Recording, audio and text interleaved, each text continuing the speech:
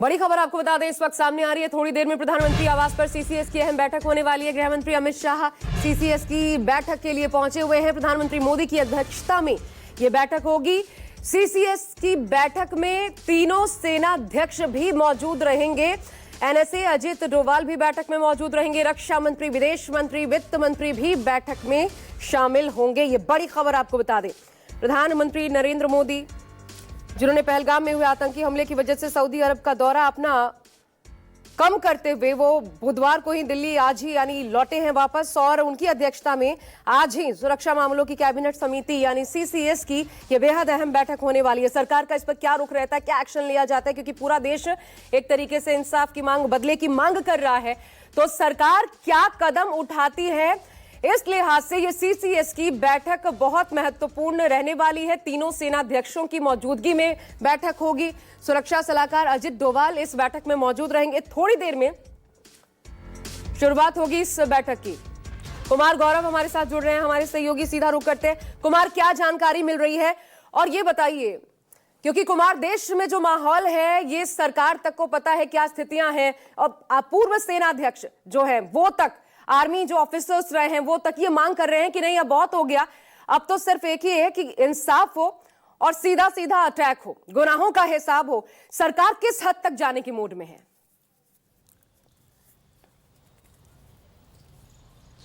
देखिए, बिल्कुल अब से कुछ देर बाद सीसीएस की बैठक शुरू होगी। मेरे पीछे जो आप तमाम काफिला देख रहे हैं वो रक्षा मंत्री यहाँ पहुंच चुके हैं, यानी राजनाथ सिंह यहाँ पहुंच चुके हैं। गृह मंत्री अमित शाह जो लगभग 20-22 घंटे घटनास्थल का दौरा समेत जम्मू कश्मीर में सिक्योरिटी रिव्यू मीटिंग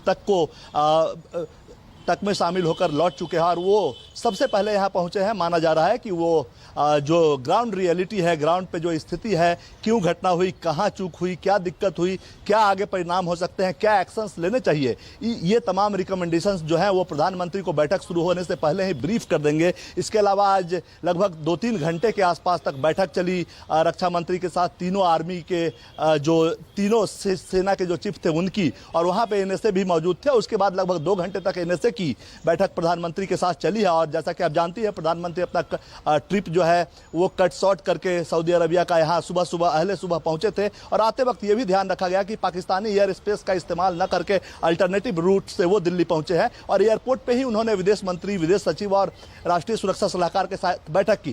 तो पूरी तरह से स्थिति को नियंत्रण में लाने और जो हमलावर हैं उनको न्यूट्रलाइज करने के अलावा सीसीएस की बैठक में चूंकि जो तमाम जो लोग मौजूद होंगे, इसमें प्रधानमंत्री तो स्वयं होंगे, उनकी अध्यक्षता में ये बैठक होती है। रक्षा मंत्री राजनाथ सिंह होंगे, गृह मंत्री अमित शाह होंगे, विदेश मंत्री एस जयशंकर होंगे, और एनएसए होंगे, और प्रधानमंत्री के प्रधान सलाहकार जो होते हैं ये सीसीएस के सदस्य होते हैं। वित्त मंत्री चूंकि अमेरिका और पेरू की यात्रा पे थी, वो भी अपनी यात्रा को कट शॉर्ट करके रात लगभग 10 बजे यहाँ पहुंचेंगे, लेकिन वो चूंकि इस बैठक में नहीं पहुंच पाएंगी। तो अभी जो मुख्य तौर पर बैठक का एजेंडा होगा, प्रधानमंत्री को तमाम स्थितियों के बारे में जिनकी उन्हें जानकारी है भी, चूंकि वो कल सऊदी अरब से ही लगातार जानकारी ले रहे हैं और दिल्ली पहुंचने के बाद लगातार बैठक कर रहे हैं, उनको तमाम जानकारी है। अब स्थिति यह है कि देश में जो डिमांड है, जैसा कि आपने कहा, उस हिसाब से क्या एक्शन हो, क्योंकि 2016 में जब मिलिट्री कैंप पे हमला हुआ था उसके 11 दिन बाद भारत ने पलटवार किया था, सर्जिकल स्ट्राइक किया था। 2019 में 14 फरवरी को जब फिर से हमला हुआ था सीआरपीएफ के जवानों पे, 40 जवान जिसमें शहीद हुए थे। उसके बाद फिर 12 दिन बाद भारत ने एयर स्ट्राइक किया था, पलटवार किया था। जाहिर सी बात है, एक मैसेज सरकार की तरफ से पहले में दिया जा चुका है कि भारत जवाब देगा, पलटवार करेगा, उसके लिए थोड़ा समय वक्त चाहिए होता है पलटवार करने के लिए। उन तमाम रोड मैप पे इस सीसीएस की बैठक में, कैबिनेट कमेटी ऑन सिक्योरिटी की बैठक में चर्चा होगी। साथ ही जो आतंक का पोषक है, जो आतंक को पालता पोसता है, क्योंकि इसमें कहीं ना कहीं पाकिस्तान एंगल तो है ही, तो पाकिस्तान को कैसे आर्थिक और डिप्लोमेटिकली स्थिति पे, इकोनॉमिक और डिप्लोमेटिक स्थिति में उनको मंच पे उनको अलग थलग किया जाए। तो ये भी प्लान है कि कई तरीके से जो भारत का इनडायरेक्ट ट्रेड होता है पाकिस्तान के साथ तीसरे देश के जरिए, उसको भी कट शॉर्ट किया जा सकता है। जो भारत और पाकिस्तान के बीच जो डिप्लोमेटिक रिश्ते हैं, जो पहले से ही खराब कंडीशन में चल रहे हैं, उसको भी तोड़ा जा सकता है। हो सकता है कि भारत पाकिस्तान के जो यहाँ उच्चायोग में लोग हैं उनको वापस भेजे, अपने लोगों को वापस भेजे। सरकार क्या फैसला लेती है, आप नजर बना के रखिएगा। आपसे अपडेट्स लेते रहेंगे। फिलहाल के लिए शुक्रिया। एक बहुत छोटा सा ब्रेक, बने